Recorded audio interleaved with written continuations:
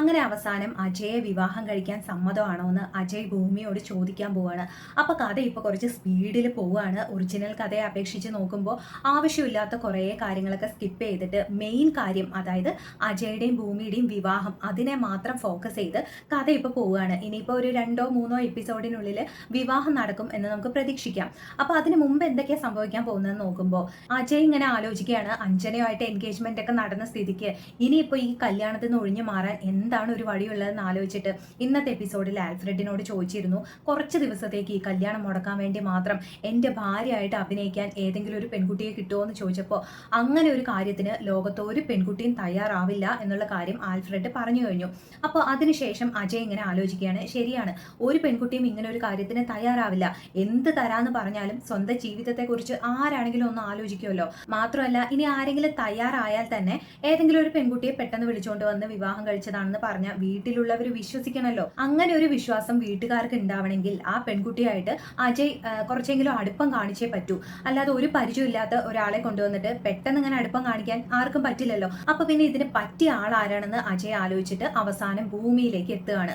എന്നിട്ട് പിറ്റേ ദിവസം തന്നെ ആൽഫ്രഡിനോട് ഈ കാര്യങ്ങളൊക്കെ പറയുന്നുണ്ട്. ഞാൻ അന്ന് പറഞ്ഞില്ലേ, കുറച്ച് ദിവസത്തേക്ക് എൻ്റെ ഭാര്യയായിട്ട് അഭിനയിക്കാൻ ഒരു പെൺകുട്ടിയെ വേണമെന്ന്. അങ്ങനെ ഒരു പെൺകുട്ടിയെ ഞാൻ സെലക്ട് ചെയ്ത് കഴിഞ്ഞു. അവൾ സമ്മതിക്കും, എൻ്റെ ഭാര്യയായിട്ട് അവൾ അഭിനയിക്കും, എന്നെ മനസ്സിലാക്കും, എന്നെ ഈ കല്യാണ കുരുക്കിൽ നിന്ന് അവളെ രക്ഷിക്കും എന്നൊക്കെ പറയുമ്പോൾ ആരാ ആ പെൺകുട്ടി എന്ന് ആൽഫ്രഡ് ചോദിക്കുകയാണ്. അപ്പോൾ അജയ് പറയാണ്, മറ്റാരും അല്ല ആൽഫി, ഭൂമിയാണ്. ഭൂമിയുടെ അവസ്ഥ എന്താണെന്ന് എനിക്ക് നന്നായിട്ട് അറിയാം. ഈ ഒരു അവസ്ഥയിൽ അവളുടെ അമ്മയെ രക്ഷിക്കാനും ആ കേസ് നടത്താനും ഞാൻ അവളെ സഹായിക്കാൻ തയ്യാറായാൽ, അവൾക്ക് ആവശ്യമുള്ള ആ 35 ലക്ഷം രൂപ അത് ഞാൻ കൊടുക്കാൻ തയ്യാറായാൽ ഉറപ്പായിട്ടും ഭൂമി ഇതിനെ സമ്മതിക്കും. മാത്രമല്ല, ഇതിനൊക്കെ പറ്റിയ ആള് ഭൂമിയാണ്. ഒരു വർഷത്തേക്ക് എഗ്രിമെന്റ് ഇട്ടിട്ടാണ് ഞാൻ ഭൂമിയെ വിവാഹം കഴിക്കാൻ പോകുന്നത്. ആ ഒരു വർഷത്തിൽ കൂടുതലൊന്നും അവൾ എൻ്റെ ഭാര്യയായിട്ട് ഇരിക്കേണ്ട ആവശ്യം വരില്ല. അതുകൊണ്ട് ഈ എഗ്രിമെന്റ് കണ്ടീഷൻ എന്നൊക്കെ പറയുമ്പോൾ അതൊക്കെ മനസ്സിലാക്കാനുള്ള ഒരു ബുദ്ധിയും ഭൂമിക്കുണ്ട്. അത് മാത്രമല്ല, എൻ്റെ വീട്ടിൽ ചിലർക്കൊക്കെ ഞാനും ഭൂമിയും തമ്മിൽ എന്തൊക്കെയോ റിലേഷൻ ഉണ്ട് എന്നുള്ള ഒരു തെറ്റിദ്ധാരണകളൊക്കെ ഉണ്ട്. അപ്പൊ അത് ശരിയായിരുന്നു എന്ന് ഞാൻ കാണിച്ചു കഴിഞ്ഞാൽ അവരെല്ലാവരും വിശ്വസിക്കുകയും ചെയ്യും. അപ്പൊ പിന്നെ ഇതിന് പറ്റിയ ആള് ഭൂമിയല്ലാതെ വേറെ ആരാന്നൊക്കെ അജയ് ചോദിക്കുമ്പോൾ ആൽഫ്രഡ് ഒന്ന് ഞെട്ടുകയാണ് കേട്ടോ ആദ്യം. എന്നിട്ട് ആൽഫ്രഡ് പറയണ്ടേ, ആൽഫ്രഡിനാണെങ്കിൽ ഭൂമിയോട് ചെറിയൊരു സ്നേഹമൊക്കെ ഉണ്ടല്ലോ. അപ്പോൾ ആൽഫ്രഡ് പറയാണ് അജയോട്, എടാ അത് വേണോ, ഭൂമിയുടെ ജീവിതം വെച്ചാണ് നീ കളിക്കാൻ പോകുന്നത്. ആ കുട്ടി അച്ഛനും അമ്മയും ആരും ഇല്ലാത്തൊരു കുട്ടിയാണ് എന്നൊക്കെ പറയുമ്പോൾ അജയ് പറയുന്നുണ്ട്, അതുകൊണ്ടാണ് ഞാൻ ഭൂമിയെ തന്നെ സെലക്ട് ചെയ്തത്. അവൾക്ക് അച്ഛനും ഇല്ല അമ്മയും ഇല്ല. ഇതിനൊക്കെ അവൾ തയ്യാറായാൽ തന്നെ വേണ്ടാന്ന് പറയാനും ഇമോഷണലി അവളെ പിടിച്ചു നിർത്താനൊന്നും അവളുടെ കൂടെ ആരും ഇല്ല. അതാണ് ഞാൻ ആലോചിച്ചത്. മാത്രമല്ല, വെറുതെ എനിക്ക് വേണ്ടി അവൾ അവളുടെ ജീവിതം കളയുന്നൊന്നും അല്ലല്ലോ. അവൾക്ക് ഞാൻ പകരം ലക്ഷങ്ങളല്ലേ കൊടുക്കുന്നത്. അവളുടെ അമ്മയെ കേസിൽ നിന്ന് രക്ഷിച്ച് പുറത്തിറക്കി കൊടുക്കും. ഇതിൽ കൂടുതൽ എന്ത് സഹായമാണ് ഭൂമിക്ക് ഞാൻ പകരം ചെയ്യേണ്ടത് എന്നൊക്കെ അജയ് ഇങ്ങനെ പറയുമ്പോൾ ആൽഫ്രഡിന് ഒരു മനസ്സ് വരുന്നില്ല കേട്ടോ.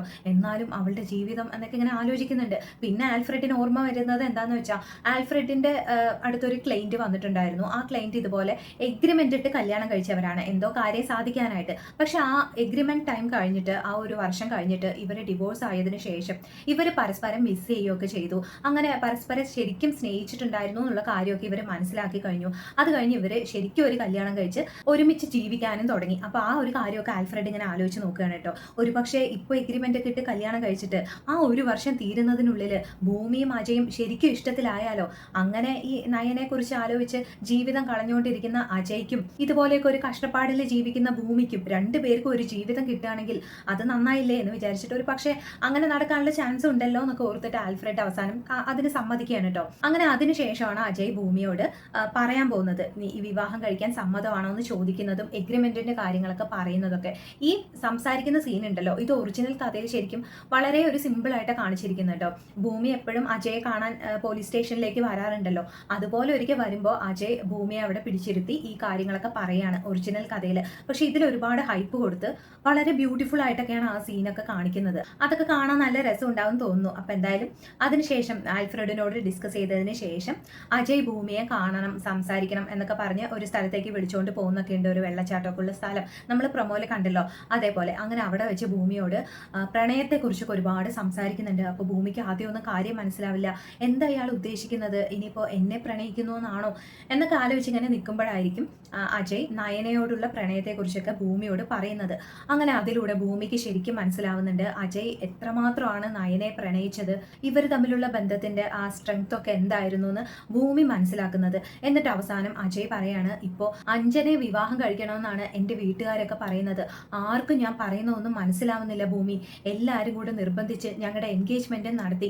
ആ അഞ്ജനയോട് വരെ ഞാൻ പറഞ്ഞു നോക്കി, എനിക്കിതിലൊന്നും സമ്മതമല്ലാന്ന്. എന്നെ ഒരുപാട് മനസ്സിലാക്കിയിട്ടുള്ള മുത്തശ്ശിയോട് ഞാൻ പറഞ്ഞു നോക്കി, എൻ്റെ സ്വന്തം അമ്മയോട് ഞാൻ പറഞ്ഞു നോക്കി. ആർക്കും ഒന്നും മനസ്സിലാവുന്നില്ല. പക്ഷേ ഭൂമി ഇതൊക്കെ മനസ്സിലാക്കുമെന്നാണ് എൻ്റെ വിശ്വാസം. ഭൂമിക്ക് മനസ്സിലാവുന്നില്ലേ ഞാനും എൻ്റെ നയനയും തമ്മിലുള്ള പ്രണയം എന്തായിരുന്നു എന്നൊക്കെ ചോദിക്കുമ്പോൾ എനിക്ക് മനസ്സിലാവുന്നുണ്ട് സാർ. നയനയെ മനസ്സിൽ വെച്ചുകൊണ്ട് സാറിന് ഒരിക്കലും മറ്റൊരു പെൺകുട്ടിയെ വിവാഹം കഴിക്കാൻ കഴിയില്ല. അതെനിക്ക് മനസ്സിലാവുന്നുണ്ട്. ഇതിലിപ്പോ ഞാൻ എന്താ ചെയ്യാ സാർ? സാറിനെ ആലോചിച്ച് സങ്കടപ്പെടുക എന്നല്ലാതെ എനിക്ക് എന്ത് ചെയ്യാൻ കഴിയും എന്നൊക്കെ ഭൂമി ചോദിക്കുമ്പോൾ അജയ് പറയാണ്, ഭൂമിക്ക് എന്നെ ഇനി സഹായിക്കാൻ കഴിയുള്ളൂ. കാരണം ഈ കല്യാണത്തിൽ നിന്ന് ഒഴിഞ്ഞു മാറാൻ എനിക്ക് മറ്റൊരു വഴിയും ഇപ്പൊ എൻ്റെ മുമ്പിൽ കാണുന്നില്ല ഭൂമി. മറ്റൊരു പെൺകുട്ടിയെ ഞാൻ വിവാഹം കഴിച്ച് എൻ്റെ ഭാര്യയാക്കി ഞാൻ എൻ്റെ വീട്ടിലേക്ക് കൂട്ടിക്കൊണ്ട് പോകണം. അല്ലാതെ വേറൊരു വഴിയും ഞാൻ കാണുന്നില്ല ഭൂമി എന്നൊക്കെ പറയുമ്പോൾ അപ്പോൾ നയന എന്ന ഭൂമി ചോദിക്കുമ്പോൾ അജയ് പറയാണ്, അതെ, നയനയല്ലാതെ മറ്റൊരു പെൺകുട്ടിയും എൻ്റെ മനസ്സിലില്ല. അതുകൊണ്ട് എൻ്റെ ഭാര്യയായിട്ട് അഭിനയിക്കാൻ ഒരു പെൺകുട്ടി, അതാണ് എനിക്കിപ്പോൾ ആവശ്യം. ഭൂമിക്ക് എൻ്റെ ഭാര്യയായിട്ട് അഭിനയിക്കാൻ കഴിയുമോ? ഒറ്റ വർഷം, ഒരേ ഒരു വർഷം ഒരു എഗ്രിമെന്റ് ഇട്ട് നമ്മൾ ലീഗലി വിവാഹം കഴിക്കുന്നു. ആ ഒരു വർഷം കൊണ്ട് അഞ്ജന വേറെ ആരെങ്കിലും വിവാഹം കഴിച്ച് പൊയ്ക്കോളും. ഇല്ലെങ്കിൽ എൻ്റെ നയന തിരിച്ചു വരും. ഏതെങ്കിലും ഒന്ന് സംഭവിക്കുന്നത് വരെ മാത്രമേ ആവശ്യമുള്ളൂ. എൻ്റെ ഈ ഒരു അവസ്ഥ മനസ്സിലാക്കി എന്നെ സഹായിക്കാൻ ഇപ്പൊ ഭൂമിയല്ലാതെ മറ്റാരും ഈ ലോകത്തില്ല ഭൂമി. അതുകൊണ്ടാണ് ഞാൻ ഭൂമിയോട് ചോദിക്കുന്നത് എന്നൊക്കെ പറഞ്ഞ് ഭൂമിയോട് എല്ലാം പറഞ്ഞതിന് ശേഷം ഭൂമി ഒരു ഞെട്ടലിലും ഒരു മരവിപ്പിലൊക്കെ ഇങ്ങനെ നിൽക്കുകയാണ്. അപ്പോൾ അജയ് പറയാണ്, ഭൂമി നന്നായി ആലോചിച്ചിട്ട് പറഞ്ഞാൽ മതി. ഇതൊക്കെ ഈ സഹായങ്ങളൊക്കെ എനിക്ക് ചെയ്തു തരുന്നതിന് പകരം ഞാൻ ഭൂമിക്ക് തിരിച്ചു തരാൻ പോകുന്നത് എന്താണെന്ന് ഭൂമിക്ക് അറിയോ? ഭൂമിയുടെ അമ്മയുടെ കേസ് നടത്താൻ ഞാൻ ഭൂമിയെ സഹായിക്കും. വലിയൊരു വക്കീലിനെ വെച്ച് ആ കേസ് നമ്മൾ നടത്തും. അതിന് എത്ര ലക്ഷങ്ങൾ ചെലവായാലും അതിന്റെ കംപ്ലീറ്റ് ചെലവ് ഞാൻ ഏറ്റെടുക്കും. ഭൂമിക്ക് ഒന്നിനും ഒരു കഷ്ടപ്പാടും വരില്ല. അത് ഞാൻ ഗ്യാരണ്ടി തരുന്നു. എൻ്റെ എഗ്രിമെന്റിൽ ഞാൻ അത് എഴുതി ഒപ്പിട്ട് ഭൂമിക്ക് തരും. ഭൂമിക്ക് ഇഷ്ടമുള്ള കണ്ടീഷൻസ് ഭൂമിക്ക് ഇടാം. എന്ത് പറയുന്നു? നന്നായി ആലോചിച്ചിട്ട് പറഞ്ഞാൽ മതി ഭൂമി എന്നൊക്കെ പറഞ്ഞ് അവിടെ നിന്ന് പോകാൻ പോകുന്നുണ്ട്. അതിനുശേഷം ഭൂമി നന്നായി ആലോചിച്ചതിന് ശേഷം സബ് ജയിലിലെ അംബികയോട് സംസാരിക്കാൻ പോകും. അപ്പോൾ വേറൊരു ഞെട്ടിക്കുന്ന കാര്യം കൂടെ ഭൂമി മനസ്സിലാക്കുന്നുണ്ട്. ഭൂമി അംബികയുടെയും അച്യുതന്റെയും സ്വന്തം മകളല്ല എന്നുള്ള ഒരു കാര്യം. അത് മനസ്സിലാക്കുന്നതോട് കൂടിയിട്ടാണ് ഭൂമി അജയോട് സമ്മതം പറയാൻ പോകുന്നത്.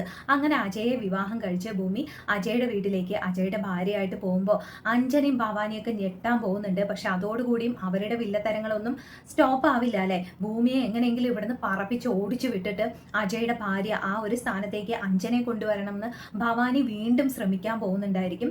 അതിന്റെ കൂടെ തന്നെ അഞ്ജനയെയും ഭവാനിയെയും വിഷമിപ്പിച്ചതിന് മുത്തശ്ശി അജയോട് പിണങ്ങാൻ പോകുന്നുണ്ട്. അജയെയും ഭൂമിയെയും വീട്ടിൽ കയറ്റില്ല എന്ന് മുത്തശ്ശി തീരുമാനം എടുക്കുമ്പോൾ നമ്മുടെ സംഗീത അജയുടെ അമ്മയുണ്ടല്ലോ, അമ്മയായിരിക്കും മുത്തശ്ശിയോട് സംസാരിച്ച് അജയെയും ഭൂമിയെയും വീട്ടിലേക്ക് സ്വീകരിച്ച് കയറ്റുന്നതൊക്കെ.